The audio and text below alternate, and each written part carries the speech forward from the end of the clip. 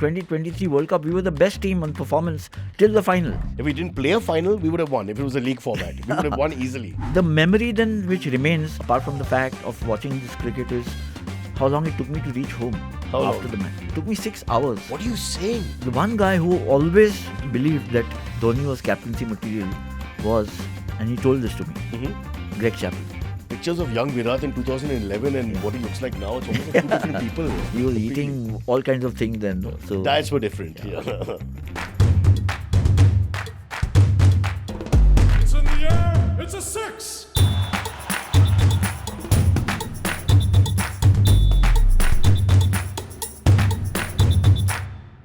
Welcome to Century of Stories Cricket. I'm Cyrus, captain of the Mulba Hill Women's 11. I'm the only male allowed on the team. And with me, don't laugh, Ayaz. That's the show. Ayaz is here. Ayaz Memon, one of the great journalists of India. How would you describe yourself now? Because journalism itself has changed so much, just like cricket. I mean, I still call myself a journalist. So I remain. A journalist and a lover of the game. Lover of the game. First and foremost, a lover of the game. And then a writer. Yes. An eminent writer, Padma Shri, Padma Bhushan, Padma Vibhushan, Bharat Ratna still to come. Right now trying to get the Padmasan right. Yeah, well, at our age, that's quite an achievement. But in the meantime, let's go back to one of the most beautiful moments in Indian cricket. And when I say most beautiful moments, for this generation, I'm thinking, because for our generation, 83 World Cup victory will be untouchable. Because I just think it was against the run of play from left field. You know, we weren't expected to win, although we won twice in Guyana, in the West Indies before that. Or rather once in the West Indies and once against the West Indies in England in the run-up to the finals. But 2011 is the one where we are dominant. It's a different side of India, you can say, or a different style of cricket. So, Ayaz. Yeah, I mean, it's a generational change also. I mean, the first time we won the World Cup was in 1983. Right. Which I happened to see, and then 2011, which I happened to see. I've also seen 2 finals where we lost. So your score is 2-2. 2-2. Yeah. I saw in Joburg we lost to Australia in 2003, and then in 2023 we lost to Australia in Ahmedabad. So, but I mean, obviously the charm and the importance, significance of the 1983 victory remains undiminished. You know what happened to not just Indian cricket but international cricket subsequently. Please check out that episode. Ayaz has mentioned and explained that also a while back. Yeah, and then 2011, which is also, I mean, a World Cup win is a World Cup win, and I thought it was a riveting tournament and climaxed with the India win over Sri Lanka at the Wankhede Stadium. So there were lots of twists and turns during the course of the tournament, lots of drama. Also, to give it context, before we come to 2011, so we win in 83, and then we don't really have a good run after that. 87, we lose in the semis, I remember. Yes. And after that, 92, non-performance, 96, not so good. 96 actually quite, big setback. We lost to Sri Lanka in the semis. The match was abandoned in a sense. Yes. But we couldn't have really won. 99, again, not a great tournament. 2003, we reached right to the pinnacle and sort of overburnt ourselves in the final. I think perhaps the worst was 2007. Because, we got knocked off in the first round. Yeah, and lost to Bangladesh and Sri Lanka. Bangladesh, yes. So, then 2011, 4 years later, after the debacle, Rahul Dravid was captain then in the West Indies, we have our home World Cup. There's when we say home World Cup, it's Bangladesh, Sri Lanka and India. Yes. But for some reason, we will have the final. I don't know why. We always have that power. So take us to the early part of the tournament first. So this was, I think, one of the, it was a golden phase for Indian cricket. In 2007, from the ashes we rose, From 2007 we were knocked out in the ODI World Cup in the first round, but we went on to win the T20 World Cup. Right. MS Dhoni as the captain. Yeah, a few months later. Yes. And then four years later we won the 2011 World Cup, and then we went on to win 2013 Champions Trophy. Would you say that 2007 T20 World Cup, which some people didn't take seriously? I won't say the players didn't take seriously, but a lot of people around the world were like, what is this T20 World Cup? There were lots of players who didn't take it seriously. Yeah. I'm glad you're saying that. Especially the senior players, because nobody knew what T20, what was T20 about. Correct. Some of the players, I remember, without naming them, said, what is this Mickey Mouse cricket? Right. Yes. But be that as it may, we won that 2007 tournament, and it kind of changed the course of cricket again in India and worldwide. And then that 2011 win. Also, the IPL starts. The IPL starts. In that Between window. 2007 and 2011. Just a year after 2007. Does that help our 50-over skill as well? It does. It does. I think that, the whole approach to white ball cricket starts changing in that sense, because T20, the demands are very different. The intent, as we call it now, starts getting sharper or more pronounced or more accentuated, and it starts being a huge reflected. argument starts, right? There's no attritional batting in T20, but there will be in 50 overs. But I think in the larger context of ODI cricket also, the 2011 victory for India is very significant, because by that time, with the arrival of T20, people were questioning the need for ODIs to exist. True.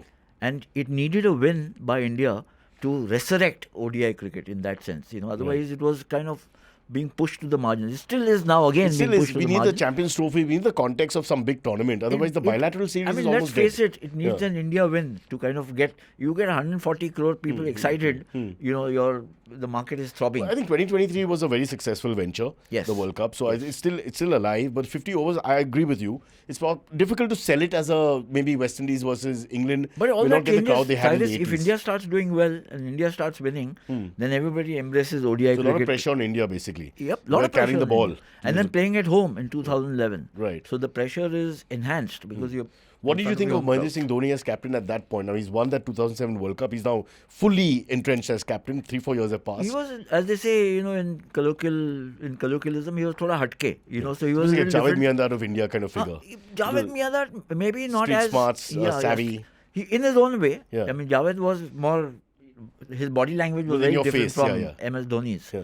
But Dhoni he would do the unexpected. For whatever his reasoning. And I know I was doing commentary. A lot of commentary in those days, and a lot of the ex-players, whether Indian or overseas experts that they were on television, would say, "Yeah, but what kind of a decision is this, or what kind of a field placing?" But hey, he was winning matches, and that's what matters.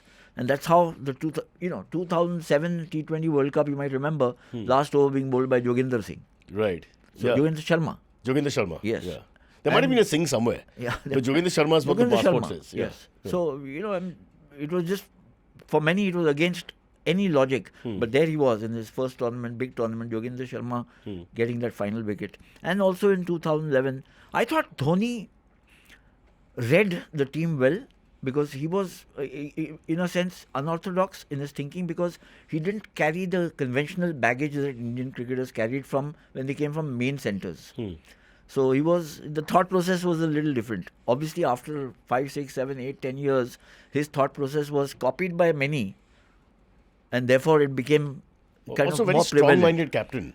You can't sort of get into his head. He does his own thing. Yes, Yeah. not just, and very good bowlers captain. Yeah. So he was, and the field to be set, especially for spinners. Is it true he'd set the fields even for experienced spinners? Yes, he they loved, would not overrule him. I think that was his forte. I mean, the other thing was, after Hawkeye and all came in, when to take the DRS or not. That's another art. Yeah, it's a very important thing. It's very significant. So Dhoni had these virtues and qualities, apart, of course, from the strongest, which is the finisher. As the finisher, late order batsman who could win matches from you by taking the batting real deep. And you would be waiting. No, but what a lineup it was. If you just go through it for a second, with Sehwag, Gambhir, Sachin. But that tournament, in many Yuvraj, ways, after Dhoni got immortalized, winning 2 ICC tournaments back to back, and then one more, the Champions Trophy in 2013. Yeah. But really, that tournament revolved around Tendulkar. 2011. Everybody knew that this is his last shot. He's been playing World Cup since. Wasn't the slogan "Do it for Tendulkar" and something like that? Something like that, yes. Yeah. Let's do it for Sachin. Something, But 87, he was a ball boy. Yeah. 91, he played his first World Cup. 92, yeah. And then played World Cup after World Cup after World Cup, got into the final in 2003, couldn't win. And this was obviously his last World Cup. And, there was so much sentiment attached to what Sachin does and how this tournament could be won. And it's not easy. I mean, the sentiment actually adds to the pressure for the players, for Sachin himself, for the captain. So I thought, when you look at it with the benefit of hindsight, when you look back at that point in time, you might say there were many advantages. Young, good team which had started winning. Your palate also changes when you start winning.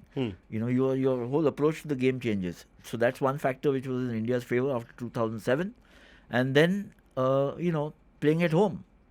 Pitches which will help you, favour support. you. Yes, support. Home support, fan support. But as I mentioned, these come, there are two ways of looking at it. The support also means humongous pressure on the players and the team. So, all said and done, I think it's a very, very significant victory. What about the unsung hero? I thought Gautam Gambhir was not, given his due in a sense. He got a little lost in Yuvraj, got a lot of mention. Sachin, of course, Dhoni, and then the bowlers as well. But I think you could say that he got a little, his sidelined, perhaps. Not sidelined, but his achievements got muted in the euphoria that. But a very significant contribution because to that World Cup. See, look, when in any match, in cricket certainly, it's not easily reflected in other field sports like football or even hockey, where the captain is the focal point. Cricket, the captain is the focal point. In Dhoni's case in 2011, not only was he the captain, but he also played the winning. It's like a fairy tale. Yeah, it's a he fairy finishes tale. the game off. Yeah, packed house, Wankhede Stadium. So everything else got kind of overwhelmed by what Dhoni achieved. And then, of course, the fact that Tendulkar had become part of a World Cup winning team. Played at It became Mumbai. the Tendulkar Cup. Yeah. So, Played at Mumbai in his hometown. Very huge emotional support for Sachin. And then the emergence of young guys like Virat Kohli, who were just about catching the fancy of With pictures of young Virat in 2011 and what he looks like now, it's almost like two different people. Yeah, he was completely. eating all kinds of things then. So Diets were different. Yeah. But there were some other remarkable performances, not just Gambhir. I mean, What about the bowlers? Zahir Khan. Yeah. Highest wicket taker in the tournament, as he had been even in 2003. So, and being now on the winning side. In 2003, he was on the losing side. I thought that Yuvraj Singh, what a story. Yeah. Discovering that he's terribly unwell. Yeah. And then coming back and going on to become the player of the tournament. And it's a pivotal position in that late middle order also, where you're not quite the finisher, not quite the accumulator. Yes. It's one of those places where you're not sure how to bat, I would suppose. Yeah, I think that, the Gambhir thing, you can't take away from what Gambhir has done. Obviously not. Even in the final, he's got a 90 plus. 97, yeah. So, without his contribution, very difficult for India to say that we would have won, And then Yuvraj Singh didn't bat in his usual position. He also was pushed down the order a little. So, but all in all, I think it was a terrific tournament with a couple of matches which I remember were fantastic and they were tense. Okay. They may not have been... Other than the semi and final, which would have been for you the quarter-final, India versus Australia. Yeah, where Ricky Ponting, I think, made a laborious 100. Yes, Ricky Ponting made a century, fought very hard. Fought hard, alone. Yes, lone hand. Yeah. And then India overwhelmed Australia. Because Australia always, this rivalry between India and Australia, which took a turn at the turn of the century, so to speak. Right. From 1999, after the famous Dravid Lakshman. Yeah.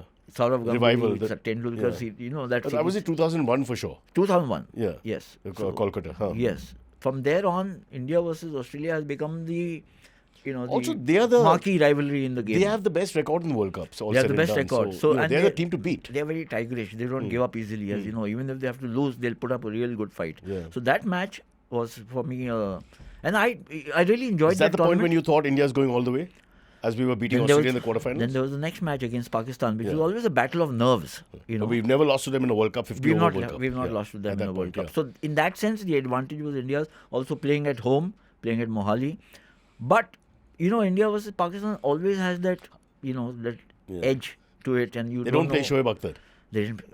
What was the reason? He wasn't having a great tournament, but you'd want your, the X Factor player in against for India-Pakistan match? Yeah, psychologically you could say.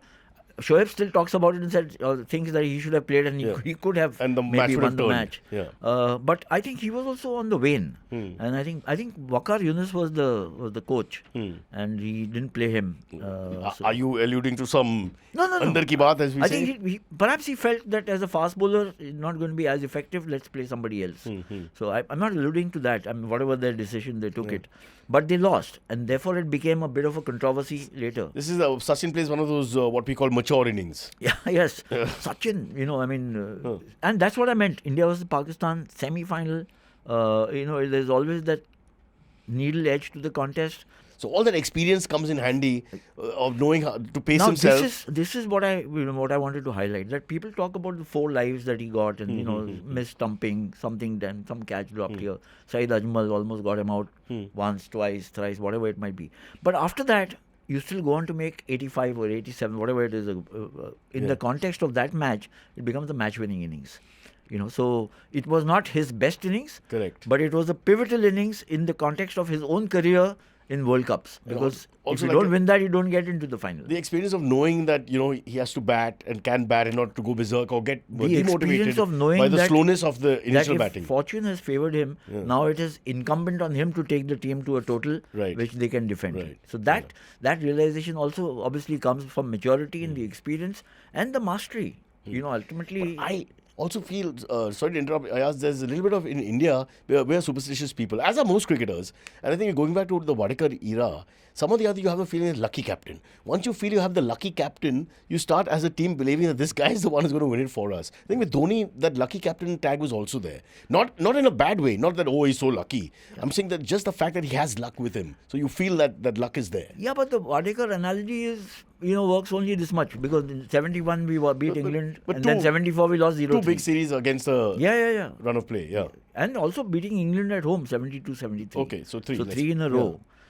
No, so Dhoni, I thought, also remember, this was the phase in which Dhoni also was maturing as a captain. He was an unexpected he was super captain. Confident. You just felt his body language in 2011. I don't know whether it was because of the I think he sussed out Indian cricket better and quicker than most. And read out of the conditions. And I'll tell you something. The one guy who always believed that Dhoni was captaincy material was, and he told this to me, Greg Chappell.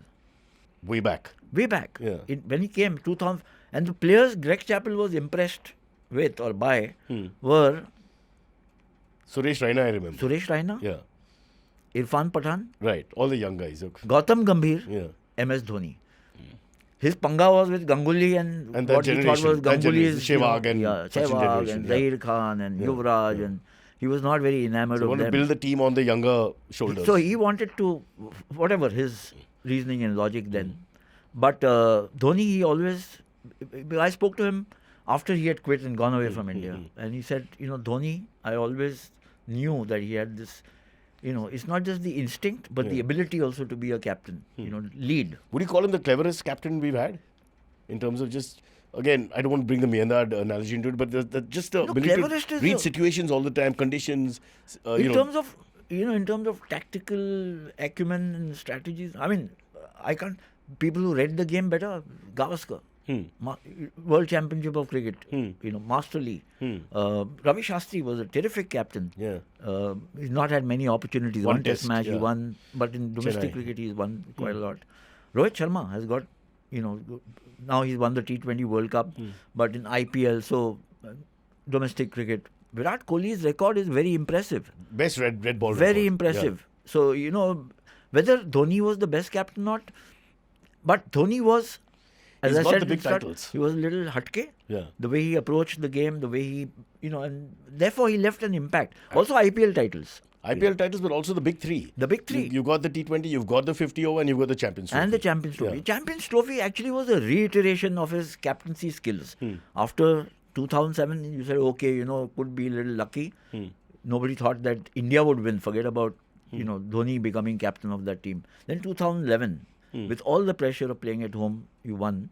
And won it in style. Remember, the decision to bat ahead and come out and make that 91 was his. 2013 World Cup and the Champions Trophy, again, puts the kind of almost like a seal for himself that, don't think of me differently as a captain. White ball, I've done it all. Yeah, no question. Yeah. And also 2010, India became the number one ranked test team. Right. So, all formats, red ball or white ball, he left his impact. IDFC First Fact, the 2011 World Cup was the first time ever that a team ended up winning a World Cup final on its home soil. Now, interestingly, in 2015, Australia, and then in 2019, England, debatable, also went on to win at home. Let's just go back to another bit which I wanted to ask you, because you have the benefit of so much experience, and that's not to mean that either of us are over the age of 35. But going back, do you think the crowds and the attitude of the spectators have also changed from 87 and 96 to when you watched the game in 2011 in Wankhede? Do you think it's like a different audience? It's a different country. Yeah. Cyrus, I mean, we live in a different country. The way Indians think about themselves is very different. That's what. So when the team takes the field now, I don't think they think too much about, oh shit, we'll lose. The other team has got so and so player or that's so and so just player. gone. That has Where gone. we thought, Richards, Lloyd coming in, that's gone. India is top of the pops in cricket, as we know, in terms of spectatorship, in terms of financial heft. And it's the other way around. The audience is like, how can we lose? Like, yeah. So I mean, there's the confidence levels are very high. Sometimes that can backfire because you can take it beyond a certain limit. It might blow up in your face. It can happen. 2023 World Cup, we were the best team on performance till the final. Yeah. If we didn't play a final, we would have won. If it was a league format, we would have won easily. Yeah. So I think India has changed, Indian cricket has changed, and Indian cricket followers have changed in that sense. But having said that, is it a bit of the conditions which favoured us in the end? Because 15 and 19 we came a cropper. 19, of course, we lost in the semi, so not such a bad World Cup. But 15 also, actually, against Australia, if I remember correctly. We lost to Australia in the semis. After 2011, the expectations went berserk. Yes. Like now we should win non-stop. So that's why it's important that we start winning overseas. Right. I mean, consistency-wise, the Indian team has been the most consistent. Playing across formats over the last decade, maybe 12 years. But in terms of winning titles, it's important that you win, even if it's in the part of the larger subcontinent, Middle East. It's still different. Yeah, it's still different. Yeah. And then when it's played in South Africa or Australia, or that will just add a dimension to India's strength as a cricketing nation. But it's amazing. I was just bringing it up because going back when you were a young man watching, then going back to say 87, the Reliance Cup, the 96 World Cup. You can 87 was played in the subcontinent. Exactly. And 96 was played in the subcontinent. And you can see the growth of the country vis-a-vis the spectators as well as the players. See, 83 was completely unexpected. Unbelievable. It looked like a black swan event. Really. Which it was actually at that point in time. Yeah. But we built from there, rapidly. Or, over the last 40 years. No, I think we should never forget 83. People should not just... 83 is huge. Yes. Because without 83, it's like saying and that... 2011, therefore, is in a sense, traces its roots back to 83. Everything does. Before 83, we were the dull dogs of cricket. And many of our senior cricketers, no name mentioned, weren't even interested in one-day cricket. Yeah, they were not interested. In that sense. So, how it happened, nobody can tell. But now we are T20 World Champions. Yeah. We were runners-up in the ODI World Cup. Correct. And we've been in 2 World Test Championship finals. And we were right there towards the end of the year until Australia were able to, let's just say that Bumrah needed a little help and we would have, things would have been different. But forget the what ifs. Sport is all about what ifs. Before we conclude, if I ask you for a memory, and please don't tell me Dhoni's winning run because I'm sick of people saying the same thing. Yeah. Or Sachin being hoisted on people's shoulders. And I mean, that's all lovely, no doubt about it. But is there a slightly more poignant moment for you in the Cup earlier on where you felt that, okay, this is ours? So, I mean, for me, the big match really was India versus Australia at Ahmedabad. Which you mentioned. And the quarters. Given the history of India-Australia, I'd been to Johannesburg when we lost in that final. I've seen it there. And this looked to me even tougher than Pakistan because Pakistan were not the best team at that point in time. Guys like Waqar and Wasim and all had gone. Shoaib Akhtar was waning. They didn't have a great batting lineup. Right. So they didn't seem to be the big threat, apart from the fact that it's an Indo-Pak clash. The record in World Cups never good. So not good, and especially against India. Yeah. While Australia is just the opposite. Yeah. So, 2007 they had won, 2003 they had won, and Ricky Ponting was a monster when it came to winning and leading from the front. So I thought the way India played there in that match for me was, from a cricketing point of view, was the highlight. And then, of course, the final is a final. So the way Gambhir and Dhoni batted and Zahir Khan bowled and some of the others, it was the memory then which remains, apart from the fact of watching this cricket, is how long it took me to reach home from Churchgate to Bandra after the match. It took me 6 hours. What are you saying? 6 hours. You could have played a whole one-day game. I know. It's ridiculous. I reached, and I made the mistake of trying to take a vehicle back home because from Haji Ali onwards I had to walk down in any case. You walked from Haji Ali to Bandra? Yes. Wow. How do you get home otherwise? Yeah, amazing. Jam-packed. The streets India, were jam-packed. Stop winning. Ayaz, poor guy. Yeah. But I want to ask you one personal question. Yeah. Did you cry in 83 when India won with joy? With joy, yes. I mean, 83 was unforgettable. It's sensational the way India won, and especially from the manner in which the tournament kind of was turned on its head by Kapil Dev with that 175, which to me remains the greatest ODI innings I've ever seen. and then going on to win the tournament. That will never be You it's rank it unmatched. over Richards is 189. They were also The greatest. holding in him. There are many double hundreds. Yeah, but that's a different world after that. Yeah. Above 189. Because look at the situation in which Kapil made those runs. Yeah. And then the consequences of that century. The Against last a very decent Zimbabwean bowling attack. very decent. Zimbabwe had beaten Australia. Coming back to this, in 2011, did you cry? I was just trying to get the contrast. No, I didn't. Actually, I was very happy to see Sachin winning in Mumbai. So that's the difference between the country, I'm saying. In 83, against all odds. By 2011, we were favourites. Yeah. The tournament being played in India, the team was really good. Very good composition of the team. Very good balance. What was the crowd like as we won? What did you feel? Because I've never been in a World Cup winning crowd. I've only seen a more emotional crowd at the 1K day. Subsequently, when Sachin played his last match. Last game against the West Indies. Yeah. So at that point in time, the kind of emotions overflowed. Yeah. Here there was one very joyous mood after India won. Delirious actually. While in 2003 there was, the sentiment was heavy. Yeah. That this guy is he's gone. We're not going to see him again on the field. 2013, yeah. But just want to warn people, if India wins the World Cup again, in India, be careful, people start hugging. All right? So you've got to be a little careful about that. Just, keep your hands to yourself. I mean, you can hug, but just know the person. You must carry that placard, mind the gap. Yeah, mind the or gap. Keep the gap. Keep the gap, 1 foot distance, not 1 meter. In India, 1 foot is enough. All right, I think that sums it up. 2011 World Cup, India's victory, the second World Cup victory. There'll be many more. Hope we're around for a few more still. But again, this was India's from start to finish dominating a World Cup with a fantastic captain, a fabulous middle order and great bowling attack. There you go. Ayaz, thank you so much. Thank you. Thanks, Cyrus. Your check is in the mail. Yes? Yeah. I'll check it out.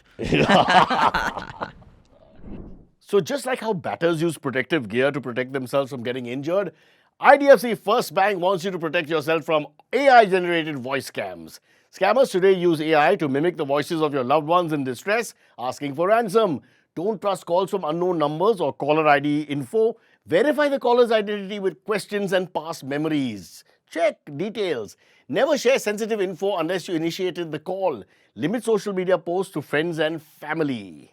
Now I'll impersonate my favorite family member, my aunt. Okay, I hope you got that.